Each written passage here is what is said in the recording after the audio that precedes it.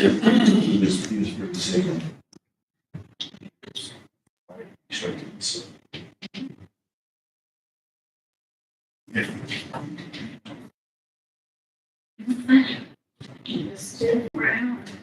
See if they're. See it in there. I sent a text and I didn't get a response, so I don't know. This was it here. That's what he asked for his wife. To his wife.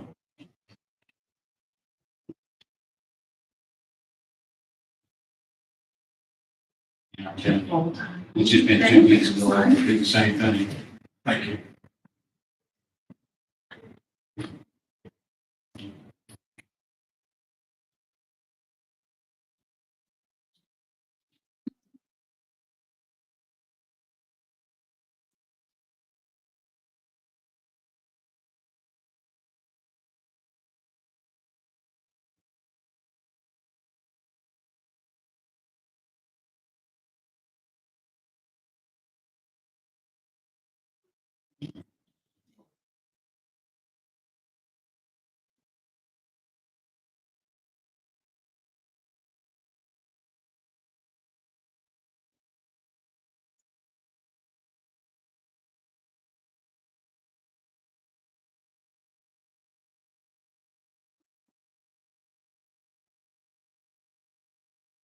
They said.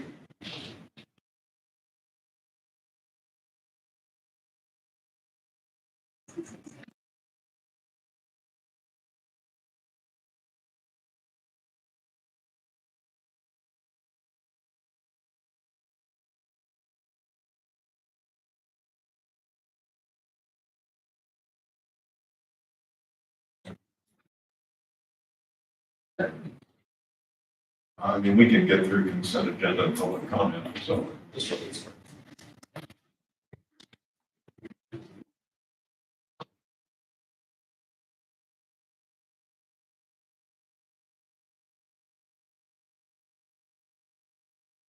I'd like to welcome everybody to the Winston County Board of Commissioners regular meeting. It's September the 12th at 10:03 a.m. Roll call, please. Tim Atkinson, Jim Marlowe, Present. Jim Reeser. Present. At this time, I'd like to ask everyone to rise when we recite the pledge. Pledge allegiance to the flag of the United States of America, and to the republic for which it stands, one nation, under God, indivisible, with liberty and justice for all. Jim, if you want some prayer. Sure can. Heavenly Father, we thank you for all the blessings you provide to us each and every day. This week, we remember 9/11. We ask you for your touch and healing our nation. We ask a special prayer this week that you be with the friends and family of Joyce Jack as we work with the loss of a colleague. We also ask today that you be with our chairman, speed his recuperation. As always, be with our first responders as they're keeping us safe. And I've always asked that you be with our servicemen and women all around the globe as they keep us safe as we live here in the safest nation. In Jesus' name we pray. Amen.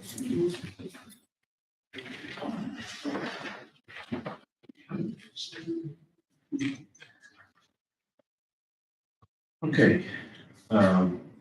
First item on the agenda is the consent agenda, which includes the minutes. In this is what we have to do, I think it's once every 6 months, closing, even close executive session minutes. Are there any questions concerning the consent agenda? Oh, no. I move to approve consent agenda. I'll second it. Jim Marlowe, Yeah. Jim Reeser. Okay. At this time, we open the floor for public comment, and I believe we have a couple that would like to address the board. Michael, if you would. Hi, my Name name is, and names right there. Okay, you stand there so we can get you on the camera. And I know Michael has been in my office with this before, and I invited them to come to our meeting to discuss this issue. well, my name is Michael Lewis, and I live down on Craft Orchard Road. in Crab Orchard. And we are having a problem with light intrusion. It is causing us to not peacefully enjoy our property like we would like. The light actually is from a business, and it's broadcast across the road at least 200 feet onto my property. And the only reason I know it's their lights is because they have a couple that flash on, not flash, but it'll come on, about a minute later, it'll go off, come right back on. And you can see this on the trees and everything. I walk out my door and I immediately see my shadow. I don't have any lights on, not even in the house. If I don't have my blackout curtains up, it goes all the way through my house, into my kitchen, bedroom, everything. And I have approached the business owners about turning them off, which they have before, or at least lowering the wattage, blah, blah, blah. But, you know, they seem like they were nice people the year I've been here. And as soon as I mentioned lights, they turned me. So, you know, I'm trying to get something settled. There is a law that has recently passed through the Illinois state about light nuisance, and it actually has more restrictions on businesses. If you drive around anywhere, you will see most businesses have lights that go straight down on the side of the building. They don't project out. The whole part of the law is saying you have to contain the light on your property. And coming 200 feet onto my property that's not happening. You know, so we've got to, I want y'all to try to figure something out. I mean, I know we have some ordinances out there, a smell ordinance, noise ordinance.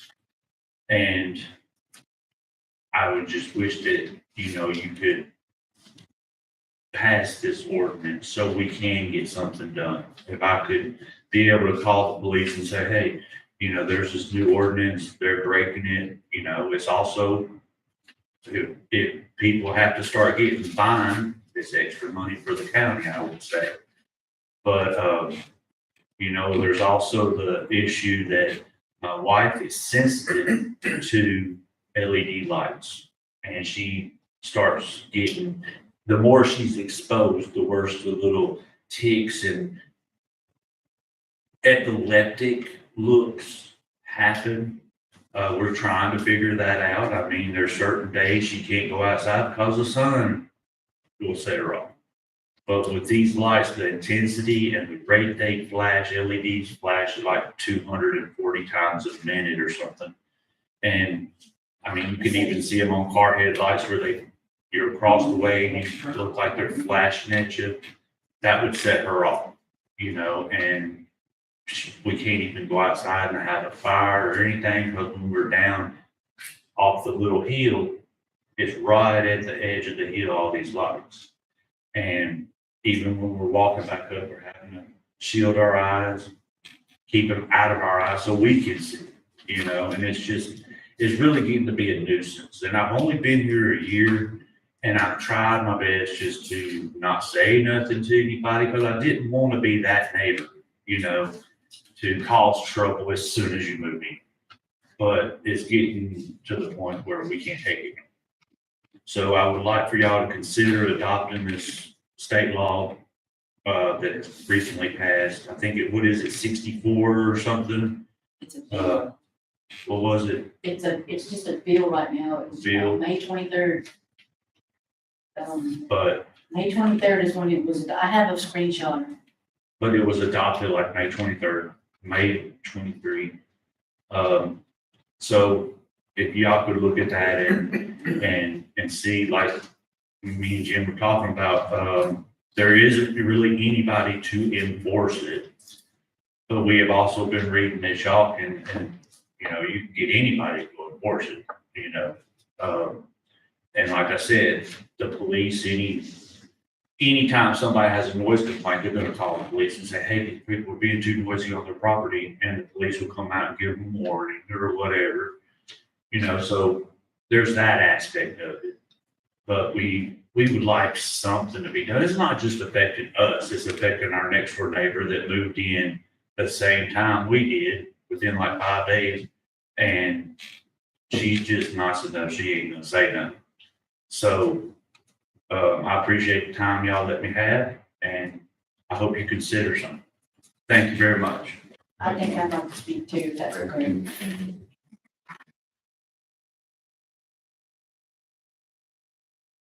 I've been to my primary care doctor. I'm gonna have to be referred to an eye institute to see exactly what is causing these fits that I'm having. It has been determined that they are related to bright lights and how intense they are, going right into optic nerve damage, causing everything I go through. If you're paying attention here, you see when I go through just how mild these are. These lights over there cause me physical pain in my head, in my eyes, and in my ears. And I don't think it's fair that it comes into my house. We cannot open our curtains and let fresh air into the house. We cannot cut down on our electric bill. We cannot enjoy the home that we decided to buy and move here and invest our lives in because of these lights.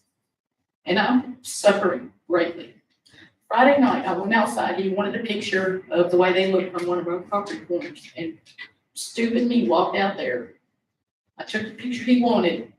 I was coming back. I got to our little porch that faces the street. I barely made it onto those steps. I don't know how long I was there.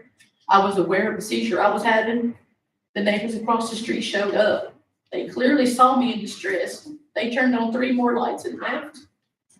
That is the cruelest. I had somebody try to run me down from behind where we used to live. What they did to me this past Friday night, turning on those other 3 lights, was crueler than someone trying to kill me from behind. I stood in my yard in a frozen position. I could not move because they had me in transplant state. And the next thing I remember is I'm in tears sitting on my porch trying to get into my house to get away from these lights. I feel like my yard has been stolen from me, and now it's stealing part of my life. And because of what happened Friday night, our refrigerator's in our garage. I have not gone out there to eat. I had to wait for him to bring me something home, just so I don't have to go outside. So I've been hungry in my home for 3 nights because of these people, because of those lights. And I don't think anybody has the right to put anybody through that, when it's a simple solution to hook them properly. Everyone else on the road follows the rules, including the fire station where this man actually is a volunteer fireman at. You go look at their building, they have proper downlighting. And I cannot stand it anymore. I'm under epilepsy protocol. If I fall in my house and he comes home and finds me dead, what do we do then? What does anybody do then? I've already fallen and hit my head before we moved here because I got dizzy. And it is definitely related to lights. And I have to go to hopefully get into this Tally Eye Institute. It's a 6-hour exam I have to endure because of this. Yes, what's wrong with me needs to be figured out and get proper care for, but they're aggravating it deliberately. And that's my stance on it. Thank you for listening. Brett, I did send you an email concerning this. Did you find anything? So the only thing that was addressed by the Illinois legislature was what they call a Senate resolution, Senate Resolution 0064. That just encourages local governments, municipalities to adopt ordinances to restrict light pollution. But their deeming of light pollution is a reduction in the footprint from an energy standpoint, more so than. There's 2 different ones. I have information on both of them. One of them absolutely does address light intrusion into homes and whatnot. They have it in Mokina, Illinois, center of Carterville. I downloaded the entire PDF and read the entire thing. So various municipalities will in fact have lighting restrictions that limit candle light as far as certain restrictions. So some parking lots are required to have shields. Some are required to have certain candle light or foot candles, I think is what they technically are called. As far as illumination, and then others are less restricted. The problem that we have in the county is we don't really have zoning, and we don't have enforcement of ordinances. So that becomes the issue.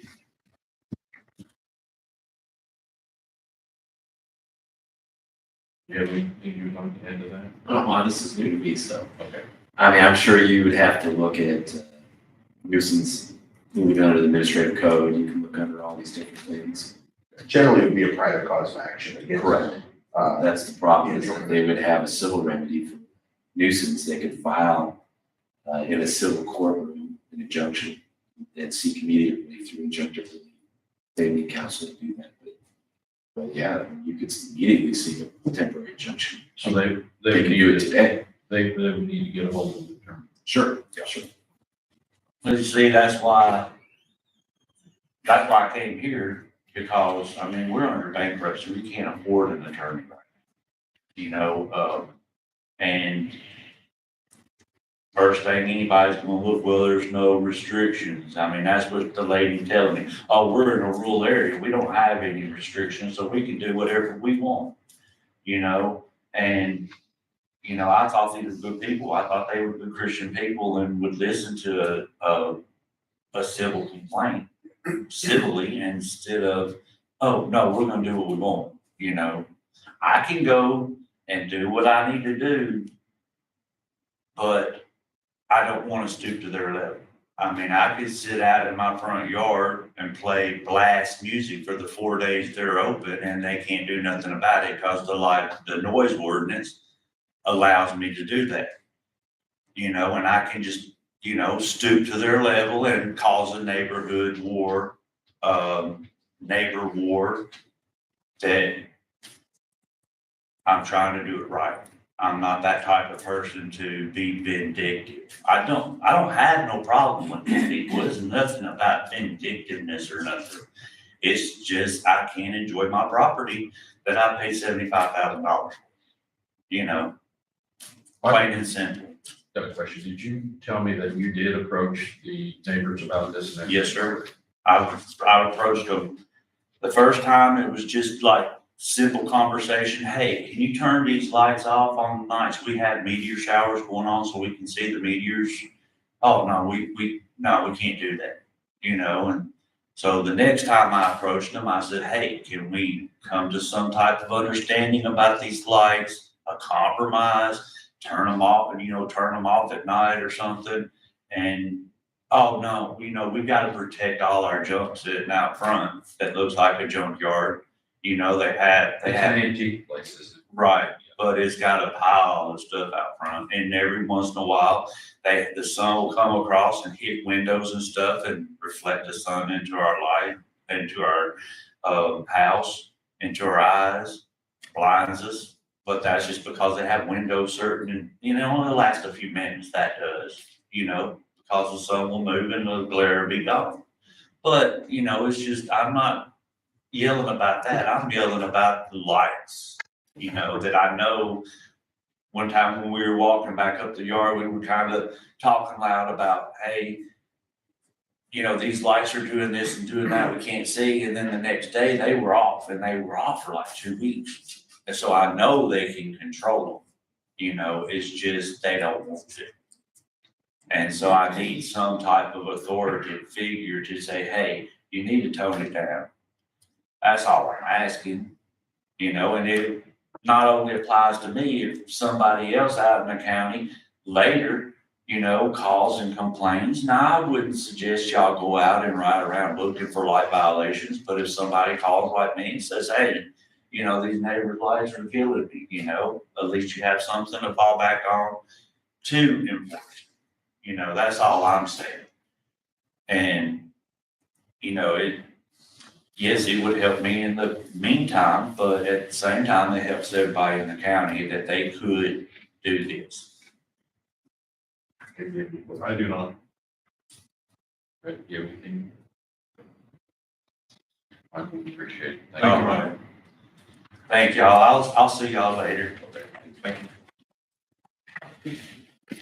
Okay, Jim. Make sure.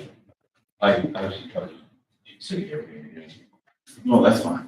I'll get it. If you said something.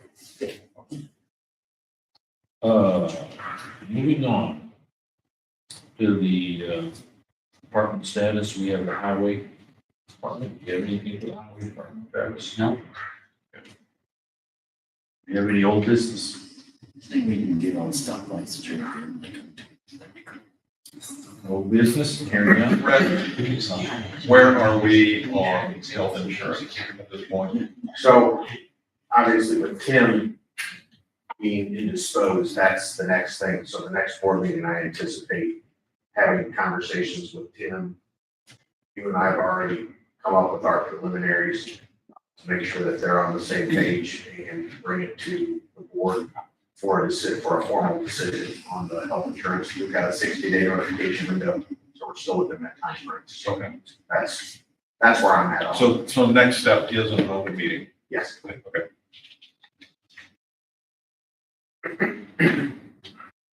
Okay, under new business, we have laptops for the state's attorney's office discussion. Ed? Turn it over to you. As you all know, you previously approved, what was it? Jim, you don't remember 13,000 something Yeah, in my Last budget, year's it's budget. 13,000. towards purchase of laptops for my office. This is a quote from Air Networks I've given to each of you. It actually is in the amount of $22,000 and some change. These are Microsoft Surface, I guess laptop for a better word. Purpose for them is for my assistants to be able to have access to all of the programs they need while in the courtroom, especially considering everything that we're gonna have to have for the Safety Act, which starts on Monday. And so obviously this would be ready by then. It's incredibly necessary that we have this availability in the court. It's gonna require Mayor to do some more configuring of the network because apparently the signals in the courtroom for Wi-Fi are horrific, which is incredibly disappointing. We'll address that in the future. This is the first, well, maybe not the first, but one of the first steps. Where's my office going paperless? Following in the footsteps of the circuit clerk. As I've told you before individually, I think as a group, circuit clerk and I are seeking significant grant money to go completely paperless. He already is. My office needs to join into that. The amount of paperwork that's shared between my office and circuit clerk's office is significant. So it'll be greatly beneficial to both our departments. So it's definitely coming. We're still waiting to see, as a point of interest to you, they moved our computers to the server with the county and the virtual network, which is not what I want. If they did it, I agreed to allow Mayor to try that. And they promised us that everything would work hunky-dory and we get 5 minutes a day. That's all our system is. So as I expected, I'm gonna have to purchase my own independent server standalone in my office, which is part of the reason we're asking for the grant. It's gonna be $40,000. All that's gonna be paid from the grant. The way I anticipate it will come directly from the general funds. You guys will purchase that. But all that's the future. I'm getting ahead of myself. Gotten off on this explanation because I'm really telling you why these handhelds are gonna be important because they're obviously gonna be the interface to our new system. I'm gonna go ahead and get them now because we can use them in their limited capacity for what we need to move forward with the Safety Act. So, long story short, 22,000 is the invoice. 13,300, I think, is already provided for the general fund. I'd like to ask the board to authorize half of the remaining outstanding balance, and then I'll pay the other half from my forfeiture account. If you want to split the difference with me. So that's basically another $4,500. I mean, the board would nominate the last $4,500 forfeiture account if the board would go along with that. Jim, can I? Yeah. Okay. First, I support any move to paperless. As long as I'm here, I'll be working with everybody to go that direction, so support that completely and understand that. I don't think we have to go the route of financing that you're requesting, because if I look this morning, there's still a little more than 10,000 in your automation fund. So we can drain that and pick up the 10, use the 13, the 10 contingency, and more than cover what you've got here. You know how long it takes me to get $10,000 for automation fund? I'm just telling you, I get $2 a day. that would be my. I'm just preference. teasing. That'd No, be my that's- preference. That works for me. I would be happy to go anyway. I just need to know where I have to request it from because Andrew's gonna have to submit a request for that. And however we get there is fine by me. I just need to be able to tell her so she can submit it to Ashley, so we can submit the check to mayor and they can place it in. So, I'm on the same wavelength, however, the only caveat I might throw in there is I don't like the green fund totally. Understood, maybe poor choice of words. Maybe $1,000 there or 2,000. However, we can make it. And I spoke with the treasurer this morning, and I understand we're trying to limit use of contingency capital right now because we are very short on revenues. Budgetary year anyway. But I think we can, without you having to get into direct forfeiture, without us having to get anywhere else, I think between the two funds, we can cover this, and I'm all for that. Well, I'll have from I've got it right here, State Attorney Automation, 10,714.37 what's in there. Okay. So. Apply this. Okay. Perfect. I'll have her submit that. Do we need to vote on that? We've got a comment. Hey, just a comment, because just to back you, up, the virtual network is not working. No. Like Mayor said. I'm not a computer expert, but it can't, because until you solve the problem, basically our connection, maybe even yours, when it comes from the courthouse, it's like a stoplight right there.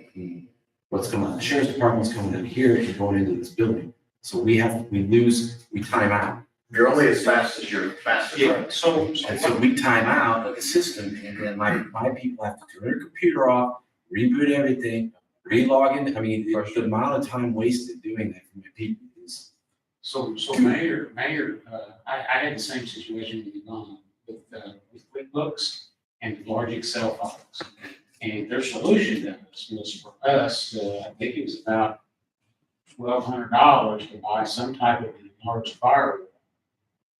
So I had worked with Tim and asked him, I guess he has not answered it yet, but I'm sure he will. Was that something that should have been included with Mayor in the first go? Or is this something I in fact need to pay for? However, either way, I wouldn't have told Mayor to do it, because either way, we gotta have it, because she was down 6 hours a day or. It's the Sonic wall that they purchased. Yeah, so I don't know. So, the other comment I'll have for you is we also asked them for a quote on the laptop. And, unfortunately, one of my guys is real techie. And, it was like twice as much through Mayor as we could go and buy it. And so we bought it separately and then handed it to Mayor and says, fix this up. I don't know if that's something you can do with your units So to with, buy it. Mayor is purchasing the product, and they are installing everything that I need on these and connecting to the network. They're also going to serve as my assistants will have what's the direct access from home call. VPN. Yeah, they'll have VPN. So while, I could do that, just the mindset of just let them handle the whole thing front to beginning, so I don't have to get. Do you though, I was gonna ask you, Ted, do you like the Microsoft Surface? Yes. Okay. I looked at several different myself, and before I spoke with Dean Payne for a while. Dean's very knowledgeable about various things, and so we sat down. That's what he uses for their company, and he showed me everything there, and we had looked at Lenovo. We went with Lenovo Yogas, so that's right. And so I decided partly because they use them themselves and they know how to integrate them into systems, because that's what they use. I thought it was the wisest choice. We'll see. Only time will tell. Electronics. Well, the NFL uses them, so that's. Well, I'm Tom Brady. So there you go. The bottom line here is too, we still are not, there's certain portions of Yvonne's computer that is still, to this day, not being backed up on the server at the courthouse, which is what we led to believe would happen. It's being backed up on a local drive. Oh, they don't like that. I know, they're the ones that did it. They hooked up a external drive, and it's being backed up to that every night, because we've already went through this once where we lost everything. And then we went to have it all recreated, and they're like, oh, well, you're not being backed up to the computer. I said, well, that's not what you told us. My suggestion would be, let's get together, let's get Mayor a call. So stop it. Let's see what the response is. Well, I've already sat down with them a few times. I'm not gonna rehash it yet. I gave them my word that I'd let them run their virtual system until my grant money came. And if I wasn't pleased at that time, I was going to do a private network. And part of, I can't get them to understand is that part of the reason I need a private network is because I have child pornography files from cases. If those are stored on the network here, and anybody accesses those, that is a massive security issue, massive problem. I mean, any of those files that I have to store for purposes of prosecution of child pornography cases cannot be accessible to anybody other than law enforcement or the responsible SA who's handling that case. The amount of sensitive material that comes out of my office, they just can't seem to wrap their head around. They keep saying, well, nobody's ever going to see that because we've got all these protections. True. But if you have the master password, or you can bend the will of the person that has the master password, you can get it anything. The only way I know it's secure is if it's in my office, then I'm responsible. I don't want to be responsible for somebody who's outside of my control having access to my sensitive material. That's a huge problem. I keep telling them that. Yeah, they're computer guys. They want the most efficient solution, and I need the solution that fits my need. My guess then that they're responding to you, that out and they don't have control of their network. They have control from the standpoint of people trying to enter into through firewalls, through access control. But they don't have data control of the data within them, meaning the files, the information. And there's a lot of things that you keep and maintain confidential source information. That can't be out. These are people who can control files. Whose identity is concealed for obvious reasons, because we don't want people that we're pursuing to know who gave them up. We don't have to give that information until if and when it goes to a trial. There's all kinds of information that we retain. Not that I'm paranoid that just because it's retained on the county server that somebody's going to get to it, but there is a possibility. Whereas if it's maintained in a private network, there is no possibility. You can't get it. For now, like I said, we're just being careful of what's being put on the county server because I'm trying to figure out what exactly they can deliver. They made a lot of promises about what they can deliver regarding the efficiency. One of the 2 or 3 of the programs that I have are just fundamental programs for efficiency, for scheduling programs, or just document sharing programs from the circuit court. Those are all public records. Those aren't highly confidential. And those programs fail. These PC imagings is a program that we use that we can preferably in the courtroom on these Microsoft services, we can pull up the files. It has all of the filings in that case that are being held at the circuit clerk's office because they're paperless now. So they can sift through the charging documents, they can sift through the discovery that they've already sent through to the public defender. They can sift through all that on their Microsoft while they're sitting in court. And so that's incredibly useful, certainly for hearings, answers to questions the judge has regarding discovery, all these things. That's why you want to have this at your fingertips. But if we have a situation where that program is crashing constantly, so PC imaging crashes on my desktop units currently. I don't know if it would be any different with these mobile laptop units. We'll find out. Tell me it would be different. But if these systems keep failing, then we're spending all this money for equipment that we can't use. So that's a great concern to me. And supposedly, mayors don't do fixes by putting everything on virtual service through the county, and we're going to have this operating system just going to work like gangbusters. We've been on that system since the 1st of September. And most of the time when I come into the office, I'm surrounded by my assistants with pitchforks and baseball bats because they can't get on their computers. And they're incredibly unhappy with me because they keep crashing and having to restart, which is not a great way to start your Monday. So, yeah, You're nodding your head. I talk, Dean has done a great job. I don't want to discount the work that Dean's done. He's been very, very responsive, and I greatly appreciate it. But, at the end of the day, this problem existed before the guy. This problem continues to exist. So until, my belief will always be, I need a dedicated server in my building, because guess who has one? Circuit clerk, the judiciary, who never has these problems.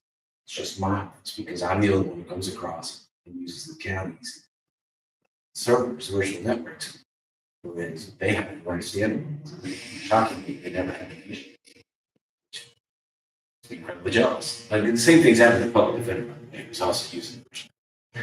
Okay. But at some point in the future, we'll address this. But I'm not concerned about it today. Today, I just want to get these laptops so I can continue moving forward. Hopefully, Mayor can get them to work, so they're useful. I think we need to have a conversation with Dean, and just, this is a little contrary to the last conversation I had with him just a couple of weeks ago. He painted a much rosier picture, fewer concerns. That was prior to implementation. I It sounds to me like everybody's having trouble with the virtual network. Yeah, I thought the hardware solution, I had heard an update, I thought that had solved your issue, but it doesn't sound like it has. You know what? Maybe it's solved and I'm not aware of it, but the last I heard that they were still backing up on a little bit. I'd appreciate if you could get an update I'll find out later right today. And then I know with the state's attorney too, I keep hearing this one software being an issue. Well, we pay, the clerk pays for my usage of that generously. And between him and I think we pay $30,000 to use that software. And it works on their. Oh, they never have an issue. They have their own server. All circuit clerks have their own server. It's good. It's required by Tyler Host or whoever, and they actually pay it, and it's hands off from everybody, so. But we share, there's 3 different programs that the clerk pays for my office to use, to the tune of $30,000. And one of them we can't use. This one we can't use. I can't really, I don't think we've ever tried to use it through because we don't have the software, we don't have equipment to use it. But New server's about 10,000, we just got a new server for the law firm. yeah, depends on how much, our problem is the amount of storage we have to have, because we have to download and store all the body cams, makes our server a lot more expensive because we have to store tons of storage space.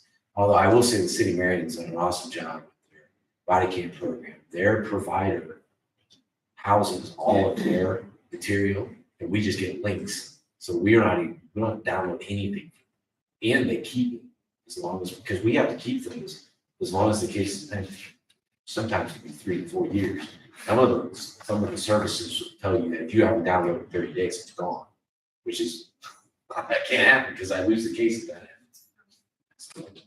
So that's interesting. Versus buying hardware, they're paying for space. They're paying some independent corporation to house Right. data. But it would be interesting to see how that pencils out. Well, it'll be interesting to see when you go to trial and you have to do chain of custody. Because they're storing it, so they've handled it. They have to protect it, make sure it's not to be challenged in court to demonstrate that it hasn't been influenced. Video has. And then you're gonna find out how good that is for us when we subpoena these guys to come testify in chain of custody and they say, yeah, we're in New Jersey, we're gonna come. You know, and we can't prove chain of custody, and that evidence doesn't come in. So that's, now I'm just talking at this point. Back to the topic, I think board's in agreement to get the laptop. I guess it's just due, I mean, if we're using existing funds, do we need to approve this? That was my question. No, you already said it. That's- And it's valid claims. We do have another issue, new business when you get a chance, it's not on your agenda. Just a question. So we have, as you know, the Safety Act's coming out, so we're no longer have cash bond to pay people's fines. Right. So county's gonna lose a boatload of money. It's just the way it's gonna be for every county in the state of Illinois. Because they didn't bother to put in any plans to help counties fund themselves based upon the drastic reduction in funds that you're gonna get as a result of nobody bothering to pay their traffic fines and court costs. Fees.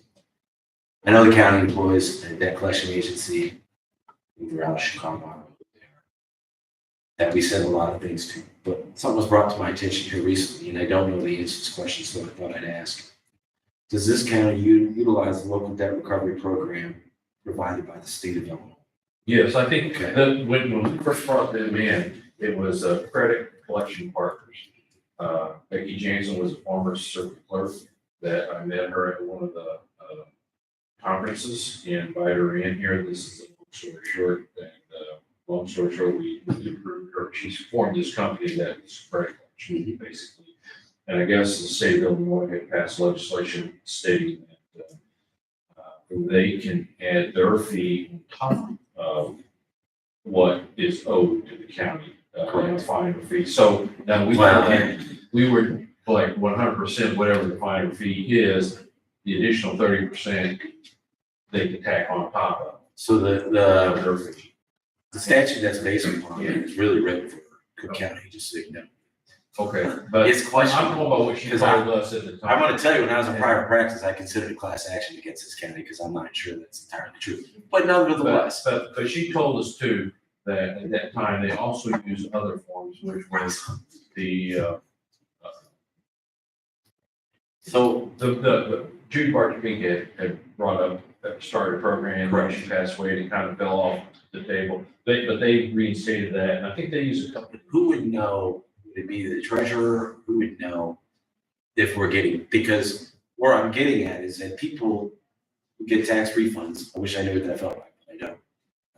People get tax returns and tax refunds from the state of Illinois. We can get our fines and costs out. They do that as So well. I would love to know from the treasurer if that actually happens. And I tell you what, Because if we're not in that program, now, we desperately need to be. now that was then. Now, unless they're using someone different then, but that's who we contracted with, was Credit Collection Partners. And I have their business card. I would think, And if you want to give them. and certainly it's just my recommendation, but now more than ever, we want to make sure that even if we're getting $50 out of somebody who hasn't paid their traffic fines or their criminal fines, and they're getting a tax return, if you've ever seen this done, they'll just Yeah, they'll take it right out of the tax return and send it to us. Lottery winnings, anything like that. But I mean, I'm just thinking ahead because do the best we can. You also probably may not be aware, it's a double-edged sword. They also passed legislation that the public defenders have been using all across the state where they can substantially reduce what they have to pay. So let's say it's a $300 fine for court costs. They owe the county $1,200. You see the gavel funds, this at all the different places that the money goes to the general fund, to this, to that. So every single case, the public defender has, they file a form that says they qualify under whatever the guidelines are, and therefore they only have to pay $100 out of that $1,200. So the amount of money the county's used to taking in from what we do is gonna just drastically plummet. It's probably already started to go down because they've been using this form for a while. When you take that form, on top of the fact that nobody's posting bond, which is where we always, Red knows what I'm talking about, someone posts $500 bond to get out, they end up pleading the case, it's a $350 fine, the judge just takes it straight from the bond. We get paid. Now there's no bond. So we're relying on people to actually pay their debts, which has not been a successful endeavor for the 20 years I've practiced. I'll check with Justin on this and see what the current is. Now, when we implemented this program, they can also go out of state, which is what Judy Pink program could not do. And they can also go back a number of years. They've gone back 20 some odd years to reclaim some of this money. Who does that? Justin or Ashley? The state's, or the circuit clerk was the one that signed off on it at the time. I believe it was Coaching. Angie coaching at the time. Yeah, and early on, the first 6 months, I mean, we were getting like $500,000 just starting that. That's how much money we were starting to receive. She used to give us a report on that. I've got their card. It's Becky Jansen is the individual you need to talk to see if they're still working with Williamson County, and if so, she can give you a complete rundown of that program. Well, I'm just trying to make you as much money as I can because my budget request is coming. But that's part of my job, of course, is to make sure that our department is bringing in the revenue we can for this county. Sure. I just thought I'd bring that up. Okay, great. Thank you, gentlemen. I gotta get back to court. Thank you. Thank you. Thank you. Say that. Yvonne just got back to me. She thinks that everything's still being backed up there. So you still don't have server backup? Not on QuickBooks. So the other stuff. You know, Travis, is it, and the only reason I've got some experience with this is the virtual backup runs generally at midnight. And depending upon file size, it may run, our office used to run, and it would still be running at 10 o'clock in the morning, and everything would be snail paced. And so we took, it was our Time Matters, which was Alexa's next program that was indexing and doing everything, calendar and conflicts and everything else. And so we switched that over to a local drive for the backup, and we switched the virtual backup to weekends only, because daily we couldn't get the backup to occur in the same time frame and everything. I mean, when it's backing up, it slows everything down. So that was the solution we went to. Just the thought. I don't know if again, Yvonne, I wouldn't think Yvonne's been, I wouldn't think QuickBooks would be that big. yeah, I don't think it is. This was something, I mean, Don's been handling this with him. And basically he said, here's the solution, get this firewall. And I said, fine, do it. But I guess she's saying it. And then there was some conversation about whether or not that was really the problem, and they were gonna try something they had available before they bought that. But as far as she knows, it's still being backed up on hard drive right there, which is not what we intended. So do you have Dean as well? I forget when it was, but Ryan said either this week or next week, they were bumping up to 500 gig bandwidth. Right. And That'll it's- That'll help. Sure, yeah. Yeah. Yeah, because having had some experience into this, it seems like we have multiple issues. One of them is connectivity between the whole off-site connections that are coming in. And the other one is software. And I just think they're exacerbating one another. And we need to get at least one side of it solved so we can work on the other. But again, I just think a conversation with Dean, either individually or all. I'll bring Yvonne. What's that? So I'll bring Yvonne. Maybe an open meeting. Well, I think that might help though. because Oh, it will. I think we need the actual communication between the parties that are trying to solve this, and we probably need at least one from the state's attorney's office.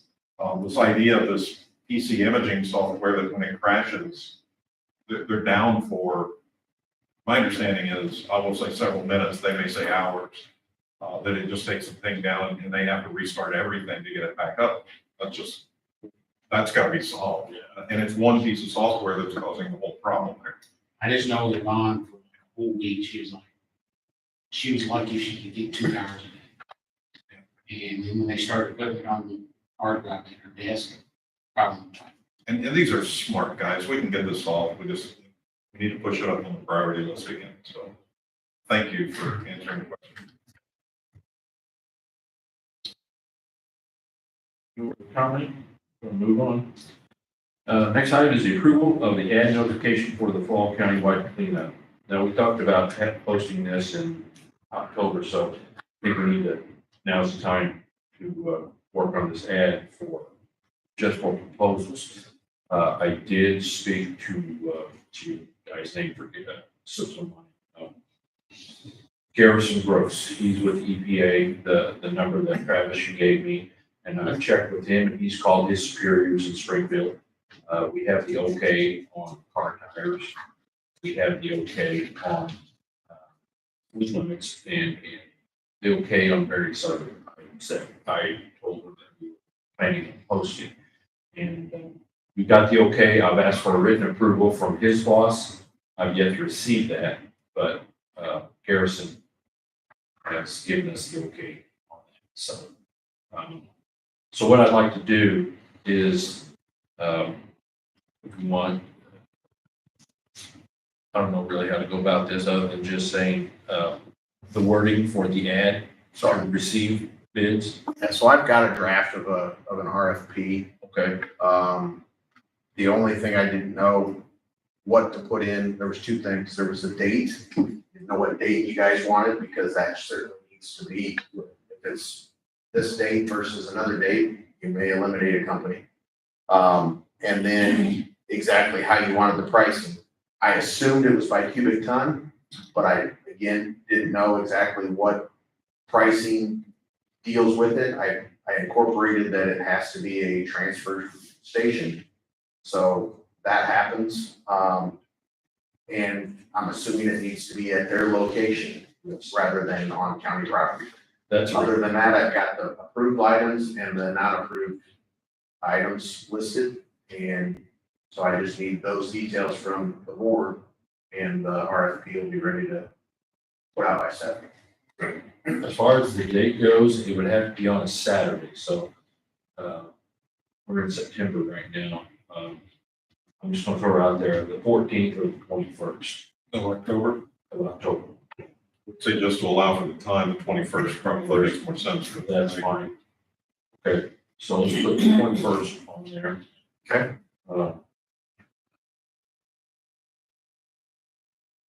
I don't know if it matters, that's, I believe that's SIU homecoming. Yeah, that, Okay, I just try to, Drop off on the way to the tailgate. yeah, I just try to keep to those things. second, the hours. Okay. My thought, we've had before, it's like either 7 to 11, or 8 to 11, or 8 to 12, whichever. I guess that really could be flexible, because this is not going out being advertised right now. So I would think that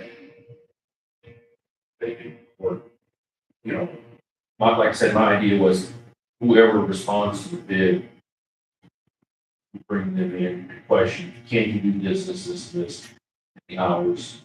And if it's a show from, if it's say you can do it 7, you can just change it, then we'll post it whenever you make it ready to take place.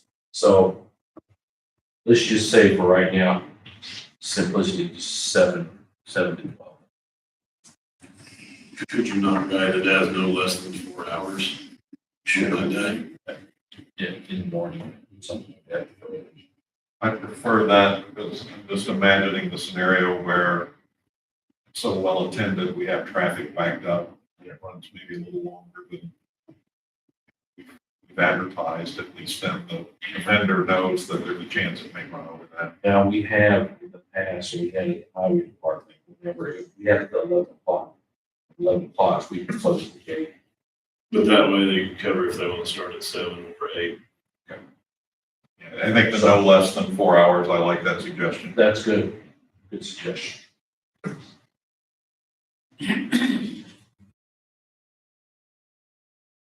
Is the recycling vendor going to be the one responsible for sorting? Yes. And then what about in your email, Jim, you mentioned vehicle registrations. Okay. Who is going to monitor that? Either have to be one of us or maybe one of the employees. Well, if I'm a bidder, sure, it changes my price if I'm having to go through and Well, check people versus, because I'm gonna put somebody there that's going to be checking people as opposed to somebody. all right, well, then That's let's the reason I just asked. shoot for the whole shoot manager and just put it in there. They would need to check vehicle registrations versus driver's license. Driver's license will say what county. Say state. If it's not one of us, correctly, if it's not one of us, is there a chance that it's not done? There's always a chance, but you know what? If it happens, if it's not done, it's not done. it is what it is. That's, somebody says, actually, but you know what I'm saying? Yep. So, okay. So what else do we need then? What else? So they are gonna be the one responsible for checking. Checking IDs. And then, but it'd be the vehicle registration, because that would list the county that they need. This is for Williamson County.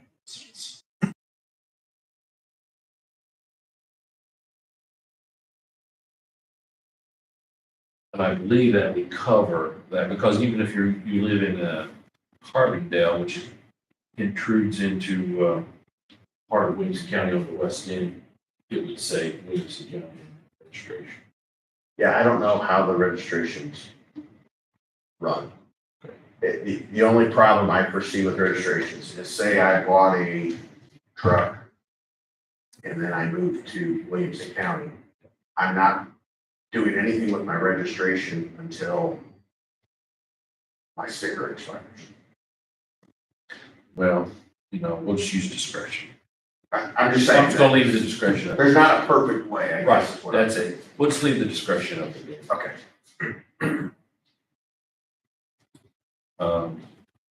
What other element that would go is that? That's what I've got the Williamson County, Illinois Board is accepting proposals for a countywide cleanup for Williamson County residents to be held on October 21st, 2023 for a minimum of 4 hours. The county estimates the needs as follows. Vendors shall provide a transfer station location site, and be responsible for verifying Williamson County residency status and the sorting and hauling off of the following.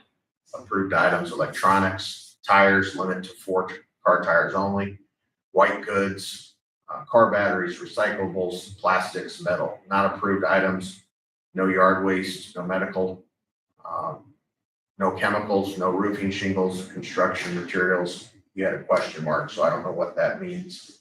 Proposal pricing shall clearly spell out the proposed cost per cubic ton. Shingles is what I was referring to, construction materials. So I don't need the construction materials. Okay.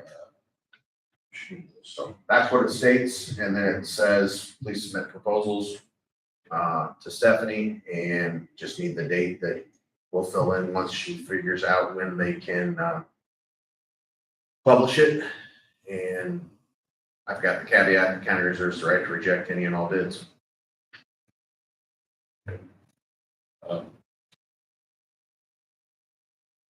Send this out. Let's see. Well, we're running out of time. This needs to be an ASAP. So, 1, 2. or would we normally send any other proposal? Yeah, I'd say send it to Southern PM. That's very, Yeah, at least two. And then I would say, accepting bids for, let's just make it 1 week. Is that okay with you, just 1 week? so you guys just need to do a motion and approval of the countywide cleanup ad. Yeah, okay. Then Stephanie and I'll get it put together. I'll make that motion for the countywide cleanup. Second. Jim Marlowe? Yeah. Jim Reeser? Yeah. All right. Next on the agenda is travel reimbursement rate discussion.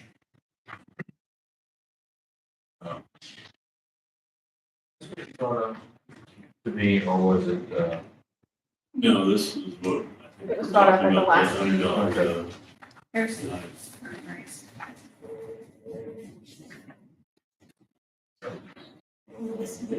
Okay. Thank you.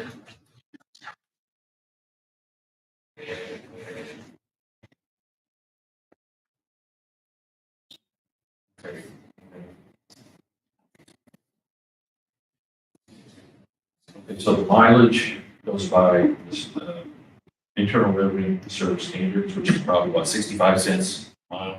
It varies from year to year. So basically, changes on here. It's the lodging, the hotels you had found that. I think Ashley was bringing it up you know, with the meals and the lodging. So this is what probably need to go ahead and just follow the guidelines according to this. This is what we have in place right now. Yeah, I think we need to So adjust this, these. this is a little different from what the state has. You guys can adopt your own. Whenever Yins did this, we talked about raising the hotel rates a little bit because I think the statements was low. I know I'm getting ready to go to Mount Vernon and mine is gonna be over. I'll have to bring it before you guys to approve. And I think Alex has got one in here. We have one on the agenda that's an example. It seems like regularly we're being asked to pre-approve because the rooms are always over. In this case, it's over by $1. It seems like others are a little more. And I think any of us that travel, and I travel very little, but finding hotel rooms that are near where we're going for these conventions, conferences, and classes for $100 is nearly impossible. So we want to mirror the Chicago rate. Ask the question as to why do we have the reimbursement schedule versus they're putting in the request? What does the reimbursement schedule on lodging do? I get the meal schedule, that's always gonna be the same, but I'm just trying to figure out So I think when the governor passed this, any elected officials, offices, if it's within this amount, we don't have to, it doesn't have to come before the board and get pre-approval. Only the commissioners has to get pre-approved every time. So if I go on a trip and mine is within this guideline, then I don't have to put, I still do the form and submit it with my claim, but it doesn't come in here before pre-approval. So that's what this schedule is for, is to let the office holder know this is what's already been approved. If it's over that, then we have to submit it before the commissioners for approval. So unless anyone says otherwise, I would suggest that we just make it across the board, 132. And we just go from there. We can always change it again. Anyway. Yeah, No, I'm okay with that. okay, then I'll make a motion that we adjust our lodging rates to the 132, to match the federal rate. We have one here. That would be for all other counties and other states. Correct? Yeah, and, right, exactly. And was there anything, did you say for the meals? I think Ashley brought that up, but I don't remember what he said about that. And I don't have the state one. I think he said the state rate had gone up a little bit, but I think it was just like $1 or $2. I don't remember On having the lunch pre-approved meals, so I think that's what we're trying to avoid here. Okay, so let's just make it the motion to adopt our lodging rates, moving them up from 100 to 132.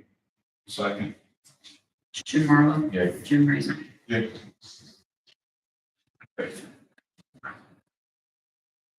The animal control facility discussion, because Tim is not here, I already let everyone know that.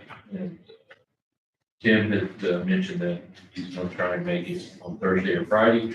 I've called Mark Dillon, and we just want to postpone this meeting from this afternoon till possibly Thursday or Friday. I'll find out from Tim. He's having, he'll probably let me know later on today. So that's kind of in limbo right now. So, I don't know, do we need to table that?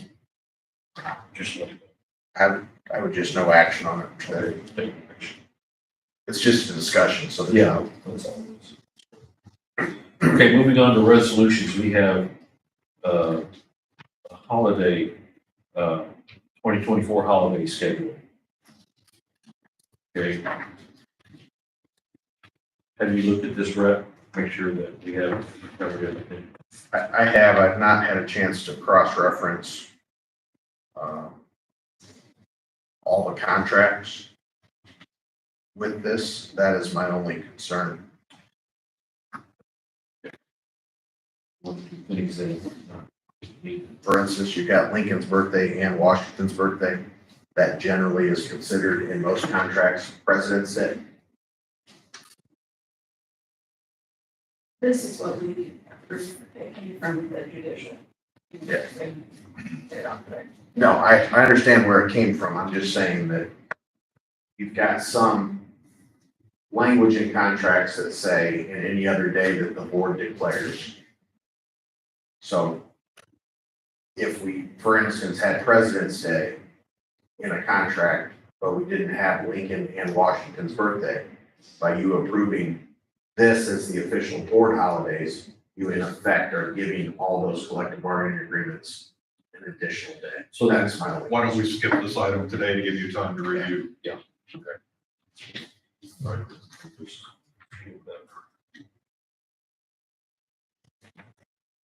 Okay. We move on down. What else is in there? To travel reimbursement, we have a travel reimbursement. Approval for Alex Simpson. Don't think we need to I do don't think we that. need to do that now, yeah, since we just already approved, because this is at what, 101 and 9. 101? Yep. Is that out of weekend? Sorry.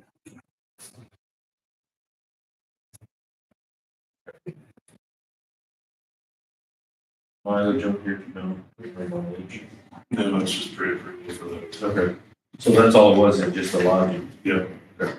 So, we should be good then? All right, good.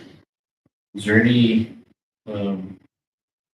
anything else? I don't have the ARPA reporting, budget and strategic planning, road extension project. Anything you want to discuss about road extension?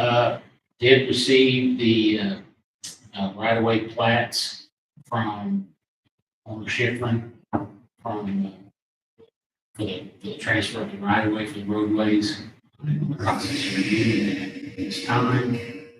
Once that's approved, we're satisfied with it, then I guess I still need to call Jackson County and make sure that we're happy with what they've got. And once we do that and record it, then I guess we'll be finalizing and making the final payment to the transfer. We do still have the issue of warranty and acceptance on that, Brett. Yeah, I've not heard anything from Joe. So we're kind of waiting on Jackson County to, they were evidently going to change the document. They can send it to us and we haven't received that yet. So we need to get that in place before we make the Other than that, Real quick, just so, I've just pulled one contract and this was my fear. So just for consideration and thought for the next meeting.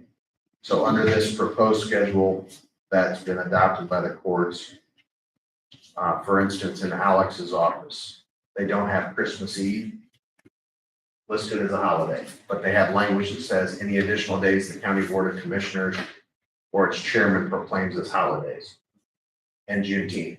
So those are the two holidays that if you adopt this as it stands, you would be giving them 2 additional paid days off.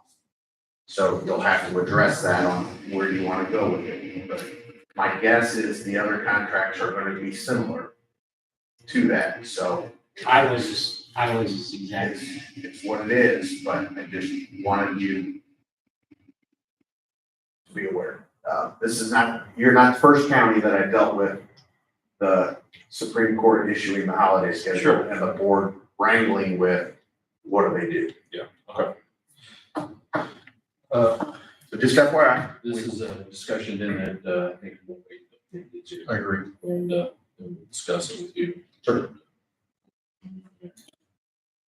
Okay, I don't have anything else. Anybody else has anything else?